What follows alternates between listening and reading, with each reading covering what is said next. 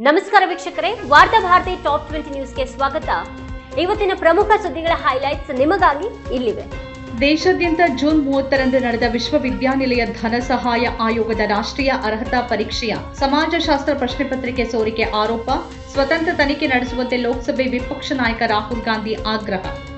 ಕೋಯಿಕೋಡ್ ವಯನಾಡ್ ಬಳಿಯ ಅವಳಿ ಸುರಂಗ ಯೋಜನೆಯ ಭಾಗವಾಗಿ ಮೇಪ್ಪಾಡಿಯ ಕಲ್ಲಾಡಿಯಲ್ಲಿ ನಡೆದಿರುವ ಕಾಮಗಾರಿ ಸ್ಥಳದಲ್ಲಿ ಸಂಭವಿಸಿದ ಭೂಕುಸಿತದಲ್ಲಿ ಮೃತಪಟ್ಟವರ ಸಂಖ್ಯೆ 7ಕ್ಕೆ ಏರಿಕೆ. ರಕ್ಷಣಾ ಕಾರ್ಯಾಚರಣೆಯಲ್ಲಿ ಗುರುವಾರ ಮತ್ತೆ 4 ಮೃತದೇಹಗಳು ಪತ್ತೆ.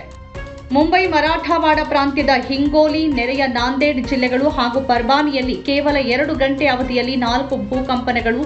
ತಮ್ಮ ಮನೆಗಳಿಂದ ಹೊರಗೋಡಿ ಬಂದ ಭಯಭೀತಗೊಂಡ ಜನ. ಬಹರೇನ್, ಕುವೈತ್ ಮತ್ತು ಖತರ್ನಲ್ಲಿರುವ ಅಮೆರಿಕದ ಸೇನಾ ನೆಲೆಗಳನ್ನು ಗುರಿಯಾಗಿಸಿಕೊಂಡು ಡ್ರೋನ್ ದಾಳಿ ನಡೆಸಿರುವುದಾಗಿ ತಿಳಿಸಿದ ಇರಾನ್ ಸೇನೆ. ಅಮೆರಿಕ ನಡೆಸಿದ ದಾಳಿಯಿಂದ ಟೆಹರಾನ್ ಮಷದ್ ರೈಲು ಮಾರ್ಗದ ಒಂದು ಭಾಗಕ್ಕೆ ಹಾನಿಯಾಗಿರುವ ಹಿನ್ನೆಲೆಯಲ್ಲಿ ಆ ಮಾರ್ಗದಲ್ಲಿ ಪ್ರಯಾಣಿಕರ ರೈಲು ಸೇವೆಗಳನ್ನು ತಾತ್ಕಾಲಿಕವಾಗಿ ಸ್ಥಗಿತಗೊಳಿಸಲಾಗಿದೆ ಎಂದ ಇರಾನ್ ಅಧಿಕಾರಿಗಳು. ಇರಾನ್ ವಿರುದ್ಧ ಅಮೆರಿಕ ಸತತ 2ನೇ ದಿನವೂ ನಡೆಸಿದ ದಾಳಿಗಳ ಬೆನ್ನಲ್ಲೇ ಹಾರ್ಮುಜ್ ಜಲಸಂಧಿ ಮೂಲಕ ಸಾಗುವ ಸಮುದ್ರ ಸಂಚಾರ ಬಹುತೇಕ ಸ್ಥಗಿತಗೊಂಡಿದೆ ಅಂತ ವರದಿ ಮಾಡಿದ ಬ್ಲೂಮ್ಬರ್ಗ್ ನ್ಯೂಸ್.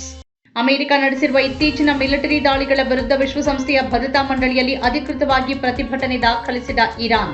ನೊಬೆಲ್ ಶಾಂತಿ ಪ್ರಶಸ್ತಿಗೆ ನಾನೇ ಅರ್ಹ, ಅಮೆರಿಕ ಅಧ್ಯಕ್ಷ ಡೊನಾಲ್ಡ್ ಟ್ರಂಪ್ ಹೇಳಿಕೆ. ಭಾರತ ಪಾಕಿಸ್ತಾನ ಸಂಘರ್ಷವನ್ನು ತಡೆಯುವಲ್ಲಿ ತಾನು ಪ್ರಮುಖ ಪಾತ್ರ ವಹಿಸಿದ್ದೇನೆ ಎಂಬ ತಮ್ಮ ಹಿಂದಿನ ಹೇಳಿಕೆಯನ್ನ ಮತ್ತೊಮ್ಮೆ ಪುನರುಚ್ಚರಿಸಿದ ಟ್ರಂಪ್. ಇರಾನ್ನೊಂದಿಗೆ ಉದ್ವಿಗ್ನತೆ ತೀವ್ರಗೊಂಡಿರುವ ಬೆನ್ನಲ್ಲೇ ಖತರ್ ಉಡುಗೊರೆಯಾಗಿ ನೀಡಿದ ಹೊಸ ಬೋಯಿಂಗ್ 7478 ಜೆಟ್ ವಿಮಾನದ ಬದಲಿಗೆ ಹಳೆಯ ಏರ್ಫೋರ್ಸ್ 1 ವಿಮಾನದಲ್ಲಿ ಅಮೆರಿಕಕ್ಕೆ ಮರಳಿದ ಅಮೆರಿಕ ಅಧ್ಯಕ್ಷ ಡೊನಾಲ್ಡ್ ಟ್ರಂಪ್. ಭಾರತ ನ್ಯೂಜಿಲೆಂಡ್ ನಡುವಿನ ಪ್ರಸ್ತಾಪಿತ ವ್ಯಾಪಾರ ಒಪ್ಪಂದ ಭಾರತದ ಮಾರುಕಟ್ಟೆಗೆ ನ್ಯೂಜಿಲೆಂಡ್ನ ಉದ್ಯಮಗಳಿಗೆ ಪ್ರವೇಶ ವಿಸ್ತರಿಸುವ ಮೂಲಕ ದೇಶಕ್ಕೆ ಅತ್ಯಂತ ಅನುಕೂಲಕರವಾಗಿರಲಿದೆ ಎಂದ ಪ್ರಧಾನಿ ಕ್ರಿಸ್ಟೋಫರ್ ಲಕ್ಸನ್. 2026ರ ಪಾಸ್ಪೋರ್ಟ್ ರ್ಯಾಂಕಿಂಗ್ನಲ್ಲಿ ತೀವ್ರ ಕುಸಿತ ಕಂಡ ಭಾರತದ ಪಾಸ್ಪೋರ್ಟ್ ಜಾಗತಿಕ ಪಾಸ್ಪೋರ್ಟ್ ಸೂಚ್ಯಂಕದ 6ನೇ ಆವೃತ್ತಿಯಲ್ಲಿ 197 ದೇಶಗಳ ಪೈಕಿ ಭಾರತಕ್ಕೆ 125ನೇ ಸ್ಥಾನ.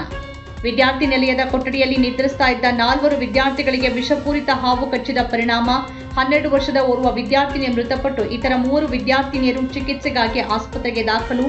ಜಾರ್ಖಂಡ್ನ ಲೋಹರಾಗಢ್ ಜಿಲ್ಲೆಯಲ್ಲಿ ನಡೆದ ಘಟನೆ. ಗ್ರಾಮೀಣ ಪ್ರದೇಶಗಳಲ್ಲಿ ಮೊಬೈಲ್ ನೆಟ್ವರ್ಕ್ ಸಮಸ್ಯೆ ಮುಂದುವರೆದಿರುವ ಹಿನ್ನೆಲೆಯಲ್ಲಿ ಎಸ್ಐಆರ್ ದಾಖಲಿಸೋಕೆ ಬೆಟ್ಟ ಏರಿ ಮಾಹಿತಿ ಅಪ್ಲೋಡ್ ಮಾಡಿದ ನಿಯೋಜನೆಗೊಂಡಿದ್ದ ಸಿಬ್ಬಂದಿ. ರಾಯಚೂರಿನ ಲಿಂಗಸೂಗೂರು ತಾಲೂಕಿನ ಗೋಲ್ಪಲ್ಲಿ ಗ್ರಾಮದ ವ್ಯಾಪ್ತಿಯಲ್ಲಿ ನಡೆದ ಘಟನೆ. ಆಂತರಿಕ ಫೈಲ್ಗಳನ್ನು ನಿರ್ವಹಿಸುವ ಕೇರಳ ಪೊಲೀಸ್ ವೆಬ್ಸೈಟ್ಗೆ ಸಂಬಂಧಪಟ್ಟ ಅಪ್ಲಿಕೇಶನ್ ಒಂದು ನಿಷ್ಕ್ರಿಯಗೊಂಡಿದ್ದು, ಇದು ಸೈಬರ್ ದಾಳಿ ಇರಬಹುದು ಅಂತ ಶಂಕಿಸಿದ ಅಧಿಕಾರಿಗಳು. ಉತ್ತರ ಕನ್ನಡ ಜಿಲ್ಲೆಯ ಯಲ್ಲಾಪುರ ತಾಲೂಕಿನ ಅರಬೈಲ್ ಘಟ್ಟದಲ್ಲಿ ಗುರುವಾರ ಮುಂಜಾನೆ ಸಂಭವಿಸಿದ ಭೀಕರ ರಸ್ತೆ ಅಪಘಾತದಲ್ಲಿ ಮೃತಪಟ್ಟವರ ಸಂಖ್ಯೆ 7ಕ್ಕೆ ಏರಿಕೆ. ಮಹಾರಾಷ್ಟ್ರದಲ್ಲಿ ಭಾರೀ ಮಳೆ, ನದಿಯಲ್ಲಿ ಕೊಚ್ಚಿ ಹೋದ 3,000 ಸಿಲಿಂಡರ್ಗಳು. HPCL ಬಾಟ್ಲಿಂಗ್ ಘಟಕಕ್ಕೆ ನುಗ್ಗಿದ ಪ್ರವಾಹದ ನೀರು. ಜೈಪುರದ ಸರ್ಕಾರಿ ಕೆಲಸ, ಆಸ್ತಿಗಾಗಿ ತಾಯಿಯನ್ನೇ ಸುಪಾರಿ ಕೊಟ್ಟು ಕೊಲೆಗೈದ 23 ವರ್ಷದ ಯುವತಿ. ಅಪಘಾತ ಅಂತ ಬಿಂಬಿಸಲು ಕಾರು ಡಿಕ್ಕಿ ಹೊಡೆಸಿ ಕೊಲೆ, ಸಿಸಿಟಿವಿಯಲ್ಲಿ ಬಯಲಾಯಿತು ರಹಸ್ಯ. ಅಂಗನವಾಡಿ ಕೇಂದ್ರದಲ್ಲೇ ಆತ್ಮಹತ್ಯೆ ಮಾಡಿಕೊಂಡ ಅಂಗನವಾಡಿ ಸಹಾಯಕಿ. ಕುಂದಾಪುರದ ನೆಂಪು ಎಂಬಲ್ಲಿ ಜುಲೈ 8ರಂದು ಸಂಜೆ ವೇಳೆ ನಡೆದ ಘಟನೆ. ಧಾರಾಕಾರವಾಗಿ ಸುರಿತಿರುವ ಮುಂಗಾರು ಮಳೆ ದೇಶದ ಹಲವು ರಾಜ್ಯಗಳನ್ನು ನಡುಗಿಸಿದ್ದು, ಪ್ರವಾಹ, ಭೂಕುಸಿತ, ಕಟ್ಟಡ ಕುಸಿತ ಹಾಗೂ ಸಾರಿಗೆ ವ್ಯವಸ್ಥೆಯಲ್ಲಿ ಭಾರೀ ವ್ಯತ್ಯಯ. ದಿಲ್ಲಿಯಲ್ಲಿ ಸುರಿದ ಭಾರೀ ಮಳೆಗೆ ತತ್ತರಿಸಿದ ಜನತೆ. ಸೂರತ್ನಲ್ಲಿ ಪ್ರವಾಹ, ಜಮ್ಮು ಕಾಶ್ಮೀರದಲ್ಲಿ ಭೂಕುಸಿತ. 2 ಕಾರುಗಳ ನಡುವೆ ಸಂಭವಿಸಿದ ಭೀಕರ ರಸ್ತೆ ಅಪಘಾತದಲ್ಲಿ 6 ಮಂದಿಗೆ ಗಾಯ. ಬೆಳ್ತಂಗಡಿಯ ಮುಂಡಾಜೆ ಗ್ರಾಮದ ಸೀಟ್ ಕಾರ್ಡ್ ಬಳಿ ಚಾರ್ಮಾಡಿ ಉಜಿರೆ ರಾಷ್ಟ್ರೀಯ ಹೆದ್ದಾರಿಯಲ್ಲಿ ನಡೆದ ಘಟನೆ.